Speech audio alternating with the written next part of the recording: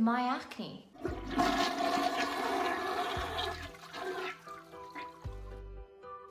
Pretty Progress 23, aka Elizabeth here. Welcome back to the acne channel. So we know that acne is such a complex issue. It comes from a number of things.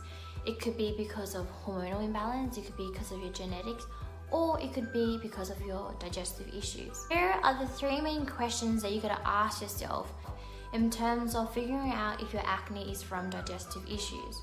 The first one is, do I break out after eating certain foods, such as sugar or dairy or heaps of meat? Do I experience stomach aches and weird stomach noises after eating certain foods? And do I fart a lot? It's honestly a serious question. Do you have bad flatulence that smells? The third question is, how are my experiences in the toilet? I know this is a very personal topic, but when you go to the bathroom, do you have regular, smooth and natural stool movements? If not, something is going wrong with your body. Something is wrong with your digestive system, and hence why you have acne. Because basically our digestive system has a duty, and that duty is to cleanse and get rid of all our toxins within our body. And if something is wrong with our digestive system, what happens is all the toxins are trapped into our body and it gets released via the skin, because we know that the skin is one of the largest organs that eliminate toxins. So that's why we get pimples. That is the connection between digestive system and acne. But luckily for you, if you're watching this video, I have some tips that you can use in terms of improving our digestive system and hence ridding our face of the cystic pimples. Okay, so again, I have 8 main tips that you can apply in order to help your digestive system have that boost and function normally. So number 1, you are going to be like, eye roll, but it's the most important thing you can do for your body, and that is to drink water. I know, I say this all the time in every one of my videos, but it's seriously important and people undermine the power of water. Our bodies are made up of 75% of water. We need water to carry nutrients throughout our body to flush out all the toxins in our system. Without water, we start to look dull, we lack life throughout our bodies, and it becomes really dehydrated. So if your system is not having water and those nutrients within your body, your face will become dull, it will become dehydrated, and it will cause your skin to break out.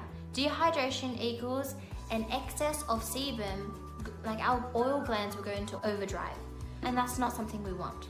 Number 2, you need to keep a food diary. You need to kind of map out what you eat, what you are eating every single day, and keep your meals really simple, because if your meals are complex, there's no point of keeping a food diary, because you're not going to be able to pinpoint the culprit of what's causing your indigestion. So keeping your meals simple, such as maybe in the morning you have chia seed pudding, so chia seed with almond milk and some fruits. Okay, and maybe at lunch you have, let's say, some steamed veggies, lean chicken and rice. Okay, so you only have 3 things that you can note down. Over the days, you can change different things and see how your body reacts. So keeping a food diary, noting down what you're eating, keeping your meals simple, and then 2 to 3 hours later, check how your body is feeling. Are you experiencing stomach rumbles and stomach aches? Are you feeling a bit nauseous? How is your skin reacting? Is your skin going oily? So those are the little notes that you need to jot down. And over time, you'll be able to figure out what your trigger foods are. And eventually, you can avoid those foods and hence get clearer, brighter skin. Number 3 is asking yourself how regular your bowel movements are. Are you going at least once a day? Do you have the urge to go after a meal? Because if you're not going to toilet properly, again, the toxins and the heat and all the waste is trapped into your body, and it will cause stomach upsets and acne to come out onto your face. So if you are not going to toilet properly, you need to be exercising regularly, drinking water, and eating foods that are easily digestible. Because if you're having raw veggies, for example, with insoluble fibers, it's putting a lot of work on your digestive system and you won't be able to go to the toilet. because there's too much work on your body that you're exhausting your system out. Another thing is, in my other video, there's other methods where you can increase that flow within your body. So what I mean by that is you sit in a squatting position before you go toilet. You go into your room and you sit into a squatting position, and that body position will help your body get ready to go toilet. By exercising as well, that movement, constant movement in your body allows your digestive system to work more frequently or efficiently.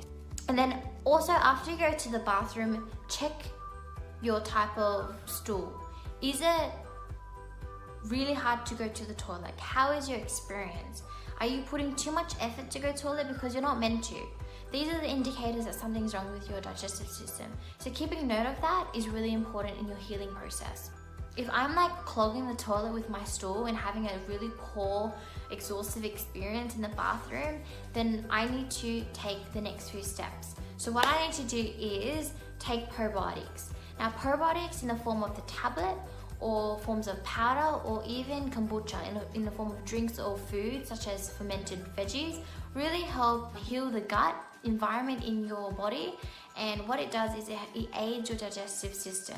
So go to the chemist and ask for different probiotic strains, and you change your strains every like 3 months, because if you're only exposing yourself to one particular strain, you're not actually catering for your like the environment within your gut flora. Because within your gut, there are so many different bacteria, the good bacteria and the bad bacteria, and what you need is a variety in order to kind of build that strong immune system, that strong gut flora, in order for your system to function efficiently. Number 4, I've kind of touched up on this, but it's exercising. Maybe go around for a jog or do your favorite activity. What I do personally is I salsa dance every Monday. I've also do Oz tag on Tuesday night. So that constant kind of exercise, and even just walking around my house, allows that increase of blood circulation. Your blood needs to circulate within your body, so then that nutrients are flowing throughout your system. That way your skin feels refreshed, rejuvenated, renewed. Because if your blood is stagnated, what you're doing is depriving your body from those nutrients and causing your cells to be more stressed and upset. A lot of the times when I'm sitting in my chair and doing computer work and I'm not even moving at all, I start to feel the heat on like my bum, and I get like little pimples. And that is a strong indicator that I am not increasing that blood circulation. So definitely exercise. Really, really important for your digestive system too, because you want to keep the body, moving. Number 5 is avoiding high gassy foods.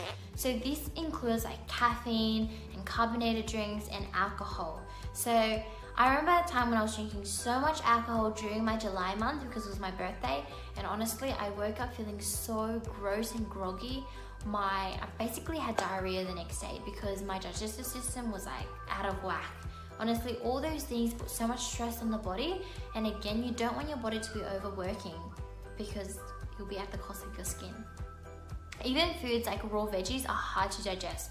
So sometimes what dietitians recommend is having like soups and stews and stuff, because it just goes straight through your intestines, and your colon. So there's not a lot of work to be put through. But you need a balance between like your soups and then your veggies. But don't go with like broccoli, cauliflower. Those are the 2 main culprits that are high in gas. So you'll find yourself like fighting a lot.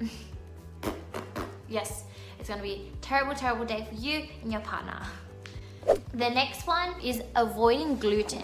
So gluten is involving like wheat, barley, and rye. Those are the 3 main things that are highly, highly, highly processed. And our bodies my body cannot really digest it properly. So when I opt for gluten-free meals, I feel like my experiences in the bathroom is so much better. It's like, yes, I feel amazing. And that's all I want for you. So look, I'm not gonna, you don't have celiac disease, but you can be intolerant or sensitive to gluten foods. The best way to figure out if you're gluten sensitive is by keeping a food diary and have 1 week where you're eating full gluten foods and see how you feel. And then have another week where you're eating gluten-free foods, and then you'll see that you'll find an improvement within your digestive system and maybe even your acne. Well, you should be. That's what I found for me. I was gluten-free for about a month and I was healing my system, and in that month I saw that my skin was much better. Now, I still eat gluten here and there, but when I was going through cystic acne with like nodules and clogged pores, I did not have any dairy, any gluten. I avoided foods that were high in gas, and what happened was my skin was able to heal.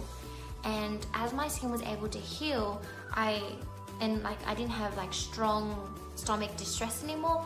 Slowly, I was able to incorporate a little bit of dairy here, a little bit of gluten here, just to have a balanced lifestyle. And now my skin is doing so much better. So I was actually talking about this in my live the other day. You will get criticism from Instagram accounts out there saying that you are living a restrictive lifestyle where you have to cut this and this and this and this and out, like all this out. But the thing is, you need to listen to your body. If you are going through a hard time with your digestive system, your gut health and acne, you need to go through this process of elimination. You need to eliminate these foods and find the culprit, okay? And then after you find the culprit, you can start incorporating all the other foods if you like. But don't let anybody else tell you that your life is restrictive, because this is what you have to do to your body and you'll figure it out. And this is just a part of the healing process. You got to figure out what works for you and what doesn't work for you. So I had a period where people were saying that, oh my God, you're living such a mundane, boring life. You know, I can't believe you can't have dairy. And I'm looking at them like, just because I don't have dairy doesn't mean that my life is boring. It's just funny what people do. Like, they criticize your lifestyle and they don't understand how important food and your skin is to you. But anyways, like, I still have dairy here and there now. Like, I just don't have excessive amounts of cheese like other people, and that's okay. If they want to eat cheese, woohoo! If I don't want to have cheese, same with me. It's like, I wish people would just respect other people's choices. Number 7 is, let me move on to number 7. Oh wow, I went on a rampage there. So number 7 is having Chinese herbal medicine. So if you've been following me for a while now, I take zilch acne pills. So check out Pretty Progress 23, one of the highlights. I have my whole document on me loving Chinese herbal medicine. What it basically does is that all these herbs, roots and flowers are concocted into these tablets. And when I take these tablets, it helps flush out all the toxins trapped in my liver and my digestive system, clearing out all that heat and naturally healing me. Basically, all my cystic acne kind of disappeared after taking Chinese herbal medicine, in combination with all the other tips that I've been mentioning. So definitely check that out. And the last one is really important, is don't stress. When you're not stressing, you are putting less work on your body. And if you're like, yeah, unicorns, butterflies and flowers, then your digestive system is working in a very healthy environment. Whenever you have negative thoughts, write it down into your diary. Express it and then acknowledge them and then move on. Talk to friends who are supportive and who love you for you. So yeah, those are my main 8 tips. And hopefully these are really helpful for you guys, because personally, my IBS, irritable bowel syndrome, has improved drastically. And I hope you all the best, and I'm sending you all my love and light. Also, I hope to see you on Pretty Progress 23 on YouTube, Instagram, and Facebook. Find me on any of those social media outlets. Message me, because I am always here to chat with you. Mwah. See you guys later. Bye. There's a